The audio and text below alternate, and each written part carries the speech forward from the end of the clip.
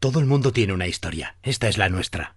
Comenzó a escribirse en 1945 cuando un jovencísimo Florencio Zumárraga decide emprender en los bajos de un edificio de la localidad de Zaldívar en el País Vasco. Regruesadoras para carpintería, bordoneras.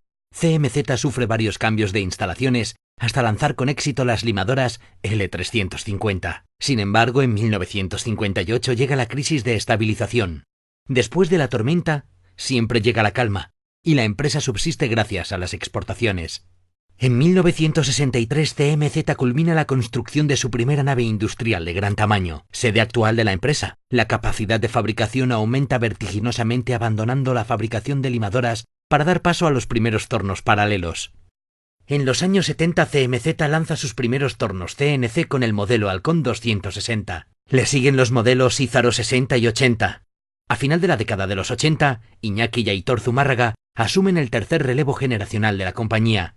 En un momento en el que todo el mundo apostaba por productos muy ad hoc, los hermanos Zumárraga decidieron centrarse en un producto genérico como son los tornos CNC. Soñaron con llegar lejos y lo consiguieron. Tesón, disciplina y un producto de alta calidad llevan a CMZ a las principales ciudades de Europa. En 2004, Laurent Loustalot se pone al frente de la primera filial internacional de la compañía en Francia. 2 años después, la empresa desembarca en tierras inglesas con la apertura de CMZ UK.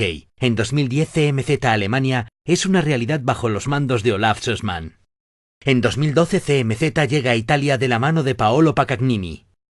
La expansión internacional aumenta notablemente las capacidades de fabricación y CMZ pone en marcha su segunda planta de montaje Seuner para fabricar la serie TD, los tornos CNC de gran tamaño.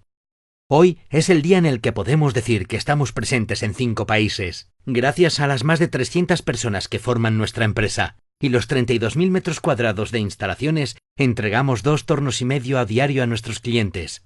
CMZ es un proyecto que construimos día a día con tesón, precisión y fiabilidad como nuestras máquinas. CMZ es un sueño hecho realidad.